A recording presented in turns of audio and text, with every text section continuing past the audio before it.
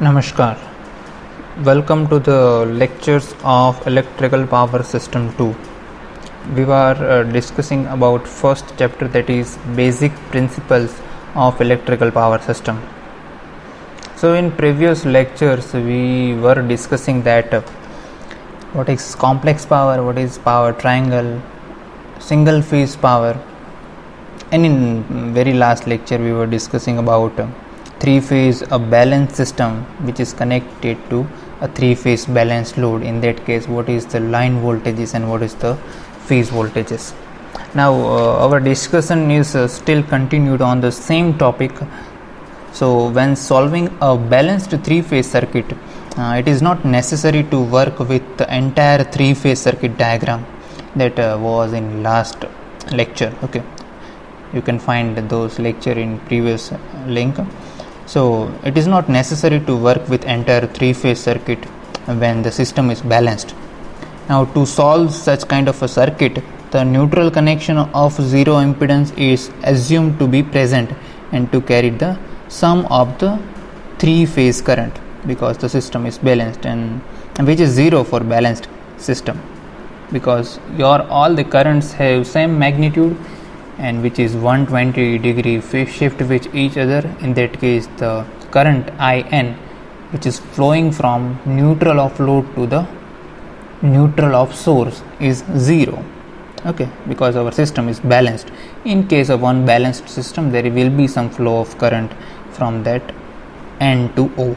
Okay, so the circuit is solved easily by using Kirchhoff's voltage law around a closed path which includes one phase and neutral. Now this circuit is also known as a single phase circuit or the per phase equivalent of circuit, and such kind of analysis is known as a per phase analysis. So whenever our system is balanced system, we can do per phase analysis, and that is why our calculations made very easy. So whatever the calculation made for this path are extended to a whole three phase circuit by just recalling that the current in other two phases are equal in magnitude to the current of that phase that we have calculated, and that are displaced by 120 degree and 240 degree respectively in phase. Now it is immaterial whether the balanced load that is specified, its line to line voltage, your total power, your power factor, that is in delta or Y connected, since delta can also be replaced for the purpose of the calculation by its equivalent Y connection. Okay, so that is what we are going to do today, your star to or Y to delta transformation and delta to Y transformation. So these things also you have done in past in your basic electrical engineering, that how to convert star to delta and delta to star, and you have derived these equations that we have write. Okay, so your Z in Y can be easily found out using this equation, and your Z in delta also can be found out. Now we are not going to find this equation, but I am just going to remind this equation that your star in case of a star load, your phase impedance in A phase is ZA, in B phase it is ZB, and C phase it is ZC. Okay, as far as star connection is concerned. In case of delta, it is ZAB, ZBC and ZAC. Now your delta connection is given and you want to find impedance in star, so you have simply doing delta to star transformation. Okay, so you have ZAB, ZBC and ZAC, and you want to find this branch, that is ZA, ZB and C. So here is the equation: the product of adjacent branch of your delta connection divided by the sum of Z delta connection. Okay, so let us take an example of ZA. We want to find ZA impedance for A phase, that can be found out by product of adjacent of delta connection. So that is, if you want to find ZA, and adjacent branch will be ZAB and ZC, and we have to find the product, that is ZAB multiplied by CA So ZAB multiplied by ZCA divided by the sum of impedance that in case of delta, that is ZAB plus ZCA plus ZBC. So that is ZAB plus ZBC plus ZCA. Okay, that is how we can transform your delta into star. Same way you can find for a ZB. In that case it will be ZAB multiplied by ZBC. The denominator will remain same in all three cases. If you want to find ZC, in that case the numerator will be ZCA multiplied by ZBC divided by the same term, that is ZAB plus ZBC plus ZCA. Okay, this is what about delta to star transformation. If you want to find star to delta transformation, in that case let's say your ZA, ZB and ZC is given. You want to find ZAB, BC and AC. So how we can find? Simple, using this equation you can find that sum of pairwise product of Z, that is all the branch of Y. Okay, so sum of pairwise product. So we have to first find out the products and then we have to take the sum. So let's say if you want to find ZAB, so ZAB, so that is why just take the sum of pairwise product, that is ZA multiplied by ZB plus ZB multiplied by ZC plus ZC multiplied by ZA. That is what the numerator is all about. In denominator, the opposite of ZY. So if you want to find this ZAB, then opposite branch will be ZC. So in denominator it should be ZC. So that is how we can find the value of ZAB of delta connection. Now same way if you want to find ZBC, so the numerator will be same, ZAB, ZA into ZB, ZB into ZC plus ZC into ZA. So numerator will be constant, but in denominator, in case of ZBC, we have to put the opposite branch ZA. While we are finding the value of ZAC, the opposing branch will be ZB. So the numerator is not going to change, but the value of denominator, that is the opposite branch of Z star, is going to change. Okay, so that is all about star to delta transformation. So if you remember both this equation, in that case delta to star transformation or star to delta transformation is very easy, and from this this is the final value of ZA, BC and AB, BC and CA is derived from previous equation. So the same diagram, star delta, here we have found AB, BC and CA. That is your, here you can see that your upper numerator part is constant, only the changing is your denominator. So whenever you find ZAB, in denominator it will be ZC. Whenever you find ZBC, in denominator it will be ZA. Whenever you find ZAC, in denominator it will be ZB. Same for delta to star transformation. Whenever you find ZA, you can see that denominator is not going to change, it is constant. The only part is changing, that is numerator. So whenever you find ZA, so the adjacent branch of that ZA will be ZAB and ZCA. So that will be right here. In case of ZB, the adjacent branch is ZAB and ZBC.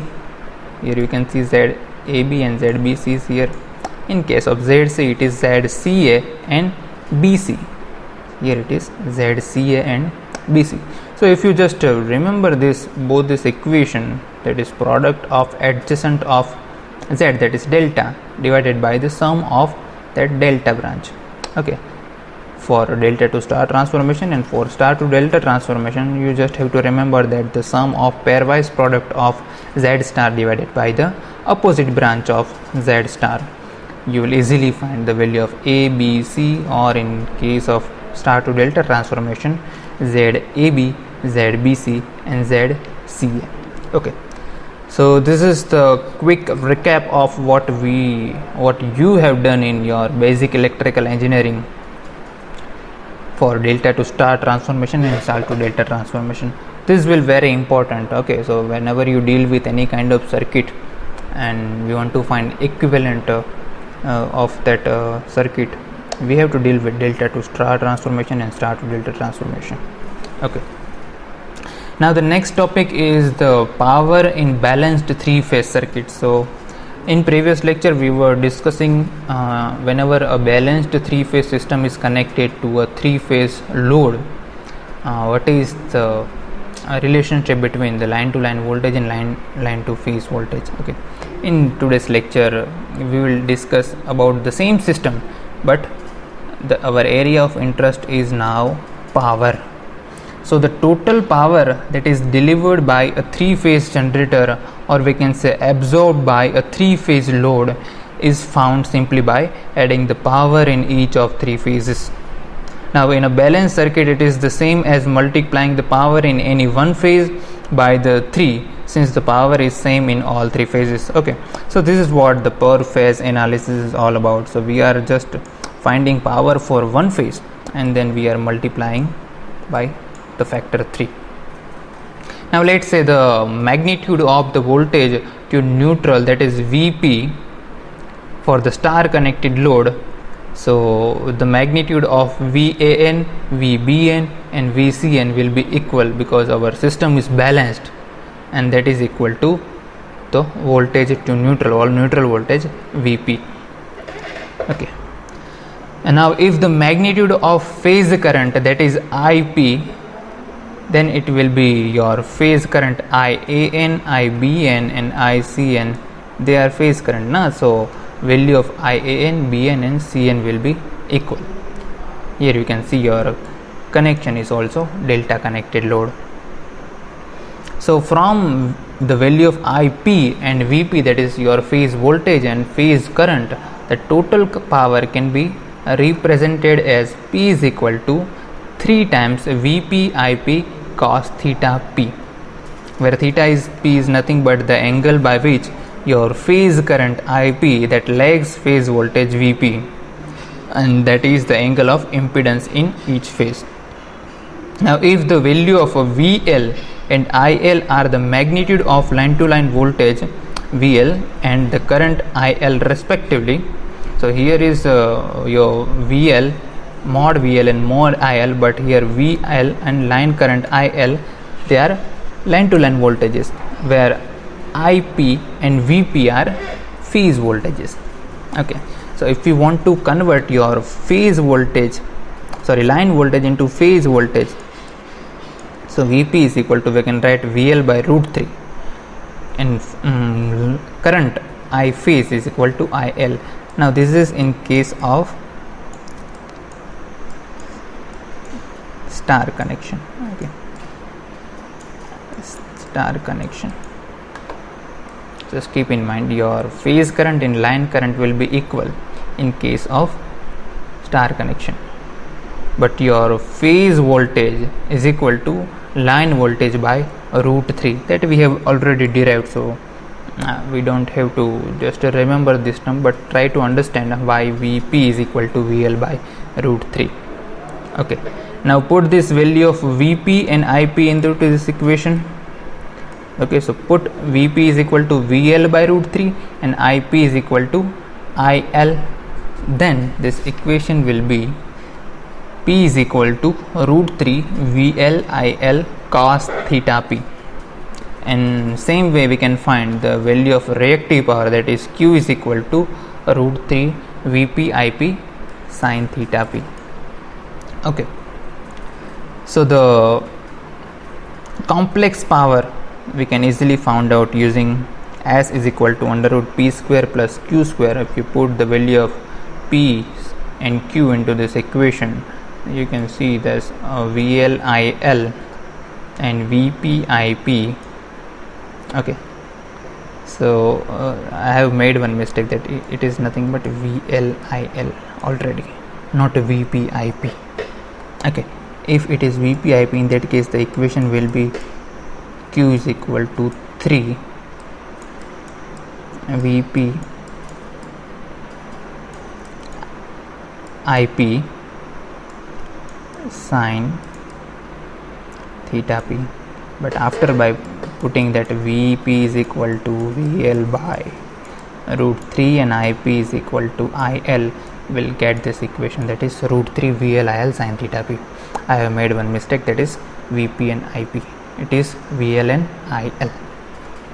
So this part is constant, root 3 VLIL, root 3 VLIL in both these equations. So take it at common, and cos square theta p plus sin square theta p is equal to 1. Take the square root and you will get your S is equal to root 3 VL multiplied by IL.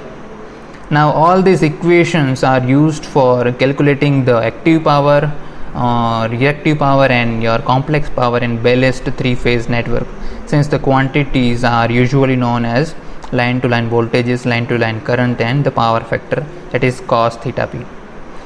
Now when we speak of the three-phase system, balanced conditions are assumed unless described otherwise.